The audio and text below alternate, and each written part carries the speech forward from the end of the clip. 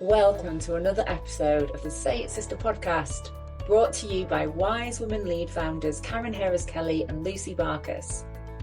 This is your space for real, unfiltered conversations about womanhood, the messy, the magical, and everything in between. We're here to talk about existing, thriving, and empowering ourselves and each other by connecting to our experiences and truths, and saying them out loud, so that we can feel and heal. We're called upon to name the taboos, stigmas, stereotypes, and lies that keep us stuck, so we can rise and reign like queens. Because when women share, we hold space, inspire action, and create change. We open up spaces and deepen relationships that bring us closer to love and a better world for all. So get comfy, grab your favourite drink, and let's say it, sister. Welcome, sisters. It's 2026, and we want to start the new year with the best intentions. We want you to think about what you're saying yes to and what you're saying no to. And we have the most incredible guest with us today, Dr. Giselle Goodwin, an expert in women, work, and well-being, a sister of my own heart, a mother of two teenage daughters. She grew up in Canada, but has lived in the UK for the past 30 years. And she began her career as a pharmacist before running a recruitment company. Wow, what an incredible shift and change that is. 15 years in recruitment and then online pharmacy, selling both businesses in 2018. And in 2022, she completed a PhD on women, work, and well-being. I can't wait to hear what you're going to share with us today, Giselle. She now writes on these themes and aims to connect with communities of women to help shape better futures for work and well-being. Good morning, Lucy. How are you? Morning. I'm good. I've had a really restful weekend because before that I was a bit tired. But I'm, starting the new year with a new energy. I'm wearing my yellow because that's the intention that I've got for the year. And I am actually really excited to welcome Giselle because I noticed, I think it was a LinkedIn post sometime in the autumn, and I was like, yes, she's one of us, she's one of our sisters, she gets it. And so I thought, yeah, I'm going to connect and let's make the conversation happen. And so welcome, Giselle. How are you this morning? Thank you so much for having me. Great this morning, actually. Feeling a bit of a buzz, happy for the new year, new start. And yes, that LinkedIn post that, it went viral. If that's a Oh, whole thing wow. you can do on LinkedIn, go viral. Who knew that was a thing? Yay. I got a lot of really interesting feedback about this idea of the future of women in work, how we make it all better. And I guess a lot of people are feeling that idea that it's not been working. It's not been, yeah. And so Absolutely. I think this is the work that Karen and I are here to do. Part of it is education, part of it is development, and a lot of it is just being with other women and just saying, we hear you, we get it.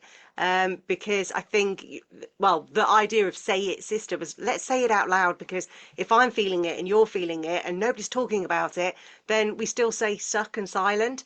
And so I'm really interested in that journey that you went on to actually choose your PhD on this topic, because on the surface of it, it's like, yeah, you're smashing your business and you're raising your kids and it all looks amazing.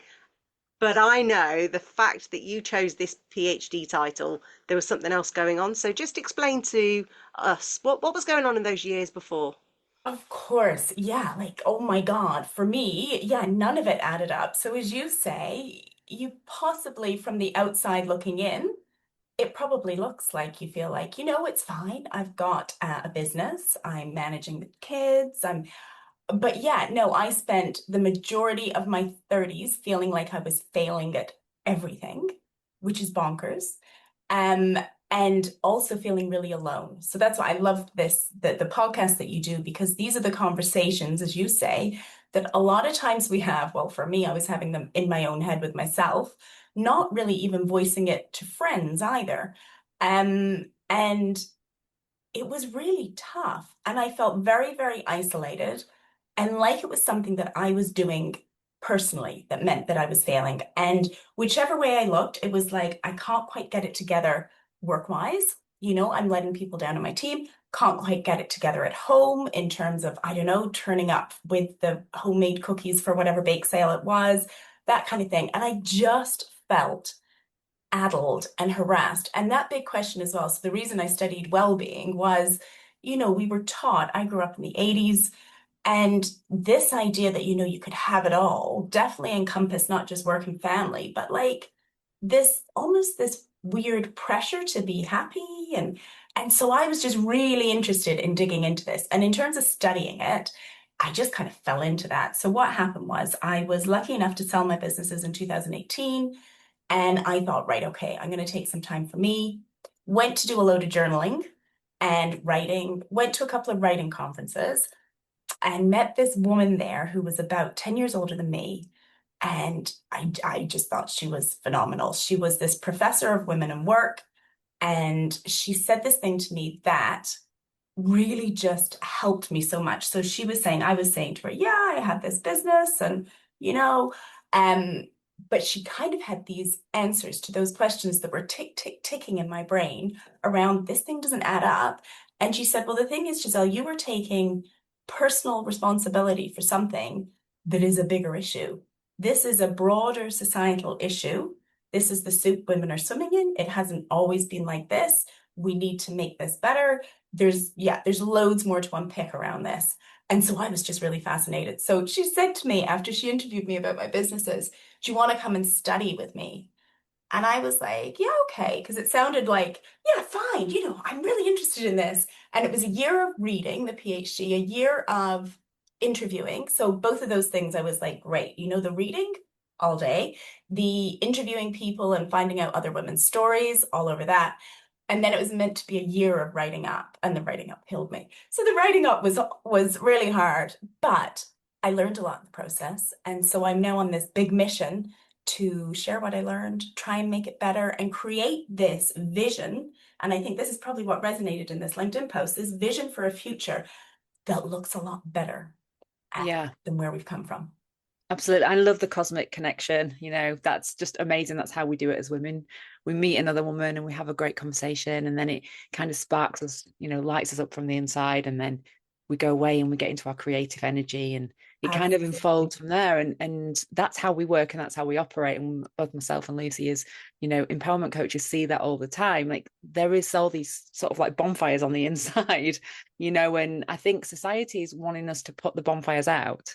And I think what women are saying now, it used to be really more about like, how do you make it work? The conversations and the books were always like, life hacks and how do you make it work? And I do feel like as women, we're kind of going, it just doesn't work. This is ridiculous. Don't give me any more hacks. I know, what should work, but it's actually not really working. And we're all having the same conversations. And I feel like rewrite the script. We rewrite the script. The way that we're approaching menopause, perimenopause, fertility, life stages, the way we're approaching that is to say, I'm not going to stay silent and I'm not going to hold these stigmas and taboos anymore.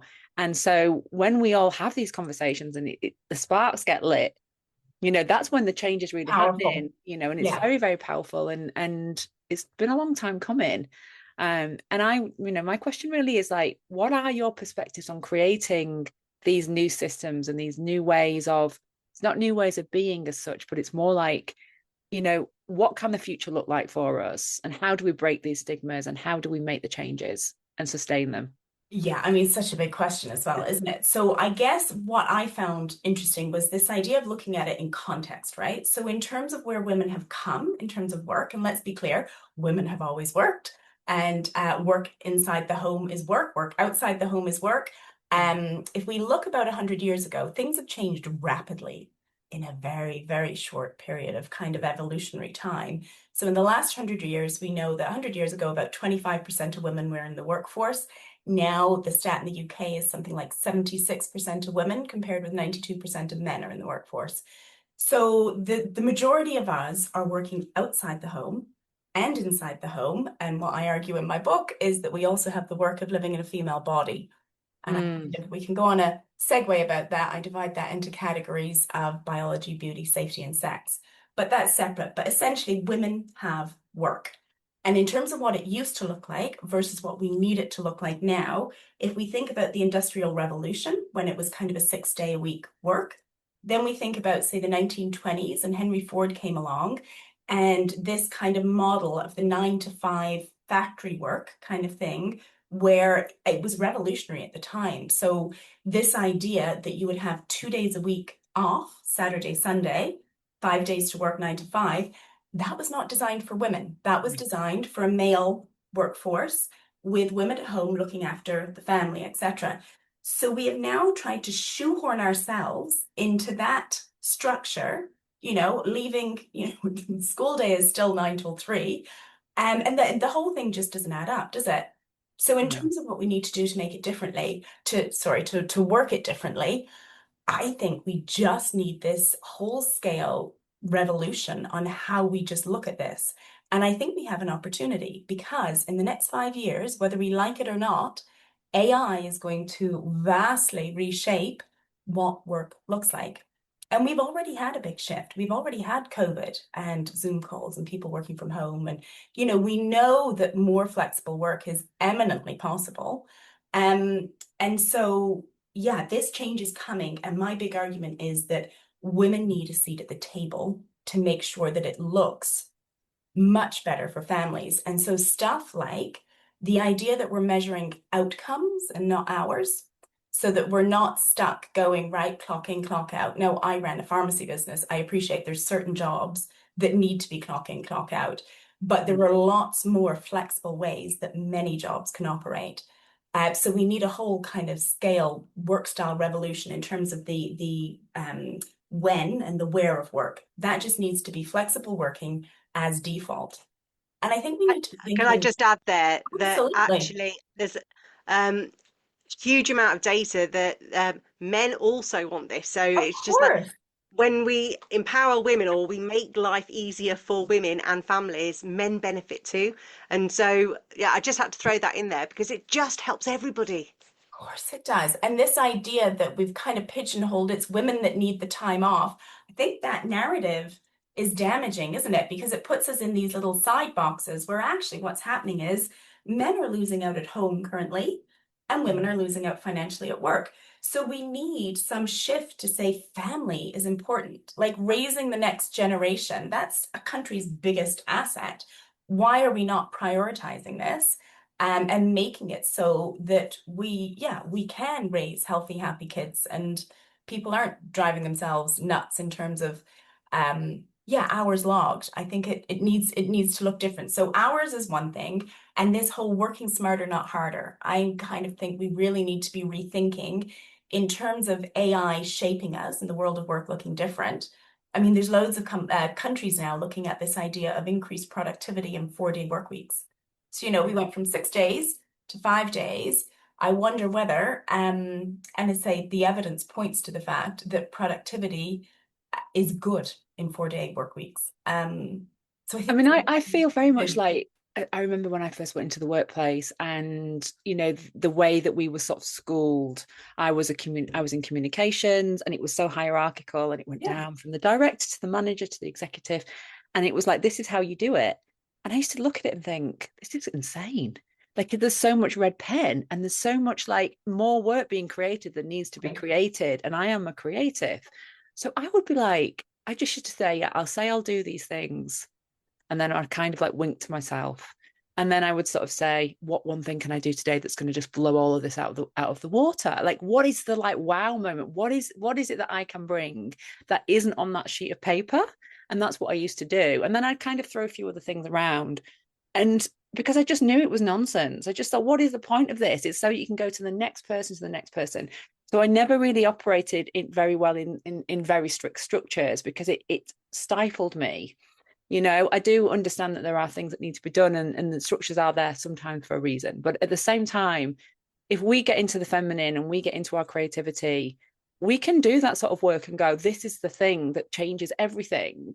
Well, that is worth that one thing that took 1 hour is worth 8 days of work when Yeah. it comes together. So it's that sort of mindset of education and communication, and then trusting. I think the big thing that I'm picking up on, this is all sounds so brilliant, but you have to trust the people that you work with, otherwise nothing It's changes. just a mindset shift. Yeah. Absolutely. There's a cultural shift, isn't there, around trusting your workforce, collaboration, this kind of empathetic leadership.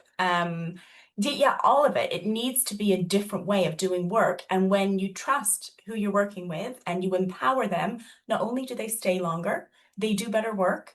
Um, yeah, I mean, it's a win-win, isn't it? That's what we're looking for, is win-wins. Yeah. 100%. Otherwise, someone's always losing, and Yeah. it Not feels climbing that gnarly. greasy pole. Yeah. Yeah. And I've got to say, I feel really lucky that when I was raising my daughters, I was a manager very young, and just as the dial-up internet came out, and then we got the Blackberries, I was able to work flexibly, and it was such a gift because I was there at sports day while the kids were doing their bit, and I was waving whilst on my Blackberry replying to all my emails, and then I'd put the kids to bed, and then I'd be able to log on and just finish that piece of work that I had to do because I'd finished a little bit earlier to go and do some kids pick up. And it was absolutely more like a work-life integration, and it worked brilliantly. The downside of it was there was no space for my husband in that, and the relationship fell apart. So, I feel gifted that I was trying to do it all and be this superwoman, but I couldn't have it all. And that's the bit that really struck me when with the title of your book and everything that you're doing. I'm just like, and Karen and I have spoke about this many, many times, about there is no such thing as balance. You're always wobbling, and there's no such thing as having it all. You always have to make some kind of sacrifice in this world. So I just want to focus a little bit on, let's just imagine a future, just use our visionary creativity. And if not even starting from scratch, just imagine a whole new world. What would, I've got my ideas, but what are your ideas? Because you must have hung out in this space. Oh, I've absolutely hung out in this space for, yeah, all of my working career. I relate so hard to what you just said there. Um, yeah, Forbes said recently the future of work is micro shifting. But what you've just described to me sounds like the micro shifting. So what they're meaning is that you can fit your little pieces of work throughout the day at whatever time. The danger with that is exactly as you said, is that, yeah, okay, so we talk about this idea that work's going to be blended, and this is lovely, we integrate it in our life. But the serious danger, if we don't rethink this properly, is that we just end up being always on.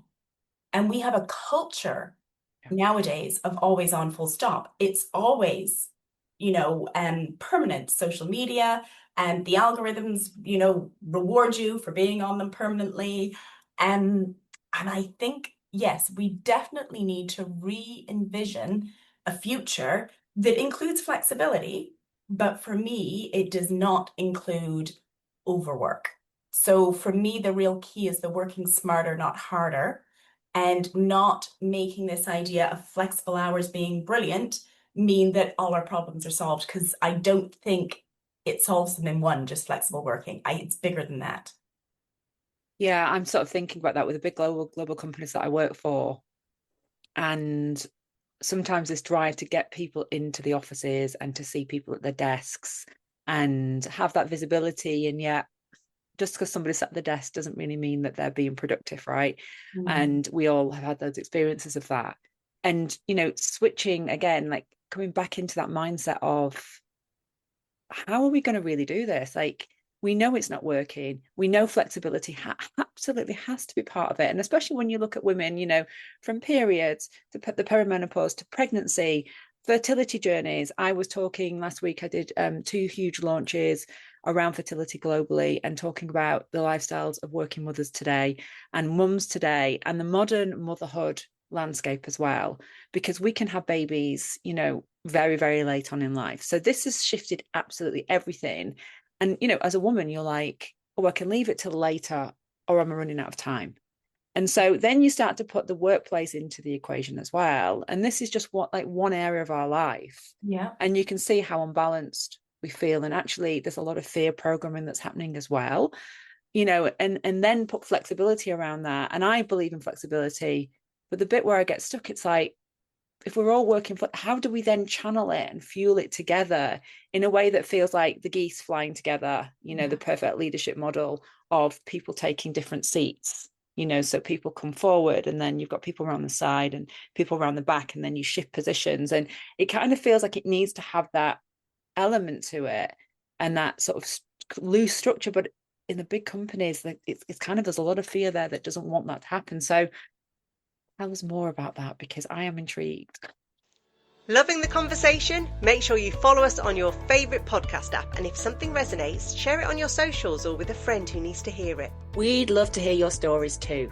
Find us on Instagram at Say It Sister Podcasters and Wise Women Lead, and let's keep the conversation going, because your voice matters here. Well, Lucy, you had ideas as well, didn't you? You were saying you had some specific things. Yeah, but to be controversial, part of that is bringing down the capitalist structure with these huge organisations. So I better not say that. Well, I've said it, it's out there. Because actually what I'm seeing more of in the future is almost going like back when we ran smaller businesses, when it was very much about living it within your own community. So yes, we are connected globally through our phones, but actually more emphasis on your local community in those real person relationships. And I think it was Jane Goodall who said, actually focus on your community and that will be the groundswell that changed the world. Exactly. And so that for me is this vision of the future, that yes, you might be connected to your work online, but you might go to a local hub space, or you might just decide to work. You know, who says that it has to be Monday to Friday? Why can't you work Wednesday to Sunday if that's what works for you? Or, you know, my ADHD daughter, she's amazing from about 12 o'clock midday till about 10 o'clock at night. But you try and get her to do any work in the morning, she is rubbish. So it's more about this individual path rather than, so if all of the individuals are saying we want more individuality to look at our own lives and what we need, and everybody does that together, then there is a movement. If we try and hold on to almost the herd mentality, then we're never going to shift anything. So I'm yay here for the individual. I'm So 100% with you on that as well. I mean, as in, capitalism is how we live currently, and that's just where we are. But I think there's this danger of leaving so much talent on the sidelines. And it's not just about women. You know, that's so interesting. You talk about your daughter with, you know, ADHD, neurodivergence, right? We need to be accommodating all this wonderful creative skill in the world and making sure that the workplace has a space for it. And this reshift and reframe on people having, more emphasis on community. And I think that's going to happen with AI anyway. So I already see these things where people are like, I don't even like, you know, I can't tell whether my feed, whether that duck is really doing that. You know, the duck with the hat is actually, you know, doing whatever in their AI little meme things. And people don't like it. We are wired for that human connection. And I think there will be a shift to the robots can do the other stuff, but actually we want collaboration, we want community, we want human connection. And so if that shifts us so we are more local and kind of our work is more centric to our community, I think that's a really good thing. And I know that small business makes up the backbone of the UK economy. So small businesses are kind of the future of work. There are very large global corporate organizations, but the majority of where innovation and actually, you know, taxpayer dollars come in is small business. So I think we've got, massive room to, make change and create that. And as an entrepreneur myself, I'm really passionate about the idea that, if you start with your own ideas on this, you can create your own movement around it. One of the ladies I interviewed for my research she had an accountancy practice. So she had 26 women, but she said she was really, really proud of the fact that she had very little staff turnover. And she said it's because I prioritize my staff. She said the majority of my staff, to be fair, are female. And she says we have mat leaves, we have all kinds of different things. But she said I trust them to get the work done, which is exactly to your point. I trust them to go and do the work and make it happen in the right way. And therefore I have very little, I have high productivity and low staff turnover. Got to be. And that's the win. That's the win-win, isn't it? That's called a win-win. Yeah. There's And no the thing about compromising going women, on. with the feminine leadership, we do naturally lead with trust. We lead with relationship. So therefore, it is easier for us as women to be in those leadership roles and create organizations where it's about relationship, it's about communication, it's about emotional intelligence, it's about freedom and flexibility, because that is the feminine leadership way. And so part of the work that Karen and I are so strongly focused on is what can we do to help women believe in themselves, so that, you know, and empower them and learn all the skills so that they can lead. Because unless women are in those leadership positions or setting up those businesses or leading those small SMEs, even like in, you know, whether it's a lobby group or some kind of parliamentary committee, if women are there, things will change. If women are left out, because of all of those systemic and structural issues, things will never change. But I see the change. So, Giselle, what changes are you seeing right now here in, well, the start of 2026 that gives you great hope? I feel like the conversations are shifting, and I think it's a cultural movement. I think it needs to be a cultural movement. I think the main conversation I see is women going no more. So it's what I think it's up to us, therefore, to define the pathway for, well, what does that new thing look like? And it's really interesting, isn't it? So we talk about, you know, collaborative leadership, and it's not just getting women to believe in themselves and go, you know, we have this, because they don't. Because again, and if you look at where we've come from, and it comes out in the research, women do struggle with that confidence in their area because we don't necessarily yet feel like we belong in that way in the world of work. Because it's not been that long since we're there. You know, it's literally 50, 60 years. The 70s, 80s were when women en masse entered the workforce. And so we're really struggling to stick ourselves in this, some of those bigger kind of, as you say, very hierarchical organizational structures, and feel like we really belong. And so I'm not dead sure it's even just women we need to convince to have the confidence to do the leadership, but also men. And what's interesting is when we call it feminine leadership, I wonder how we persuade men that they want to be feminine leaders. I Yeah, wonder how we we don't get use this language out there in the around that outside world. term. Yeah, I and wonder how we get around that term, because men have been trained for eons to not want to be girly. Absolutely. And Do also not just go like be labeling it girly. soft skills, it doesn't work. So like, Aye, oh, I've got the big aye. hard skills, and oh, but you can have the soft skills. We've got to change that narrative. There's And got to be, yeah, sorry. no, I I was think just for gonna say me, we don't use this language ourselves when we're out there in the real world. We only do it in the circles where we know women We are, because we know the men We know, won't yes. listen. And we know that inherently that is, I mean, that's so many of the women entrepreneurs I interviewed, that is your natural form of leadership, because we're trained in that way. We are trained socially to be the community caregivers and, you know, nurturers, and bring people on board in teams. That's kind of how we've been trained. Men have been trained in a completely different way. If you ever follow Adam Grant's stuff, he's the organizational psychologist. Like, he's just wow. I mean, he had this thing recently about the fact that return to office mandates just don't work, full stop. But you know, he talks a lot about this fact that, you know, we need a collaborative leadership, and this win-win is how everybody wins. And so if we have more role models modeling that kind of behavior, um, I think everybody can get on board with that. Everybody can say, yeah, that's the type of place I want to work. I want to stay, and I'm not going to get toxic culture burnt out and, you know, leave And midway through I my have to career. say, Adam is a complete balance of that feminine, masculine energy. He has got the win-win, because you can see that he really believes, you know, in the core of who he is, he believes in both sides of the pendulum. Yeah. So, yeah, so we need more men like that. I want to say that I know loads of men like this.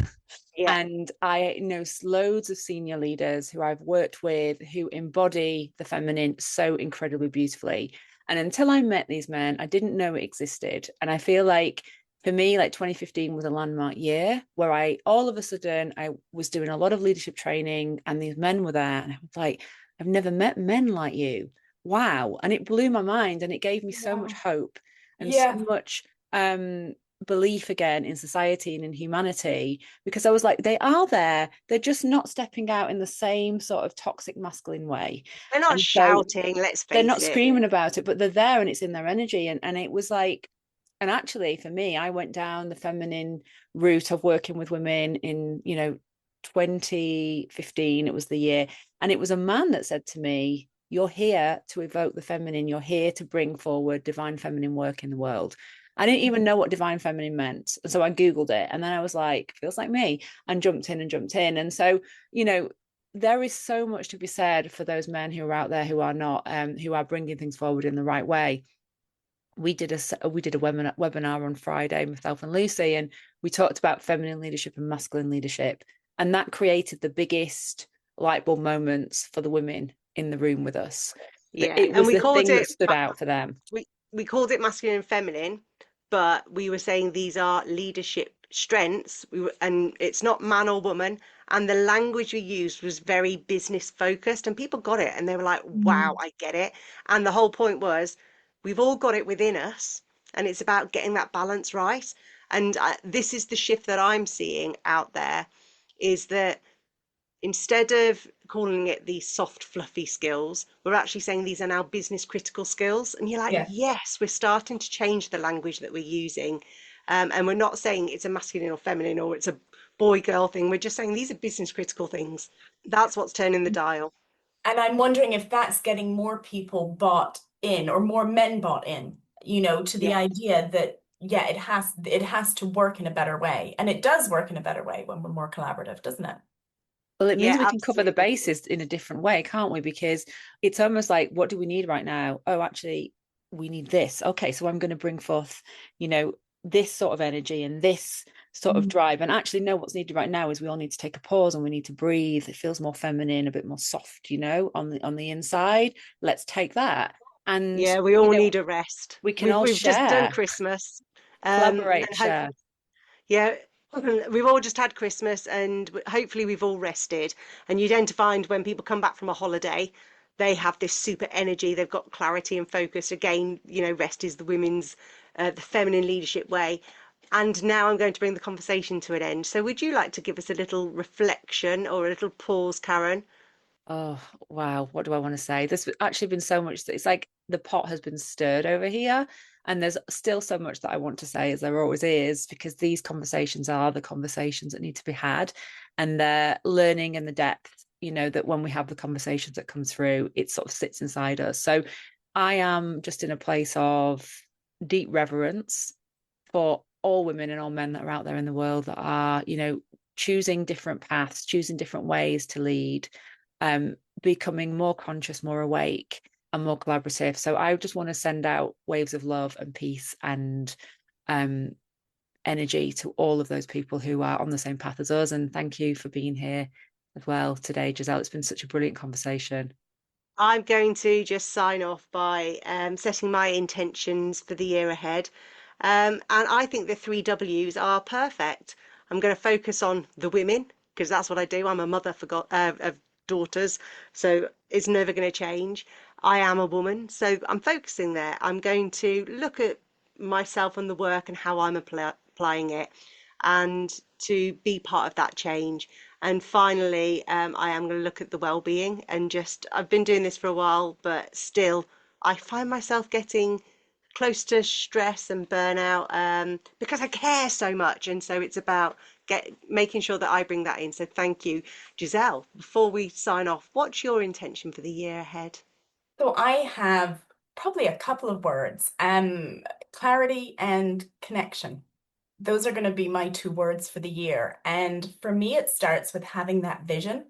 So a lot of the stuff I'm doing at the moment feels quite activist, stuff I want to have a vision for the future, what that looks like, and making it better for us, for our kids. I'm very motivated to do that for the future of, my own children, as well. So it starts with clarity and a vision, and then also connection, because I think unless we are bringing people together, having these conversations, it's very, yeah, it's hard to move forward. So one of the things I'm doing this year is I'm doing retreats for women in this transition phase of their life. So I've got a place in Portugal. And we're going to go there and do some work on getting that clarity, but also connecting and collaborating with other women to kind of build this better future. Amazing. And Karen? Peace. I want Yes. peace. I think for me, it's that feeling of like the inner peace and finding ways, you know, to sort of keep coming back to that and then keep coming back out and then creating again. So yeah, but I think peace sits on the inside first. Amazing. So happy New Year, everybody. We hope that your intentions come true. So keep listening. Go check out Giselle Goodwin, her work, her books, follow her on Substack. She's amazing. And yeah, let's make this a year of intention. That's it for this episode of Say It Sister. If it moved you and made you think or made you feel seen, hit follow, share it with a sister and leave us a review. And remember, your voice has power and your essence is wisdom. So speak your truth and live a true and empowered life. Until next time, say it, sister.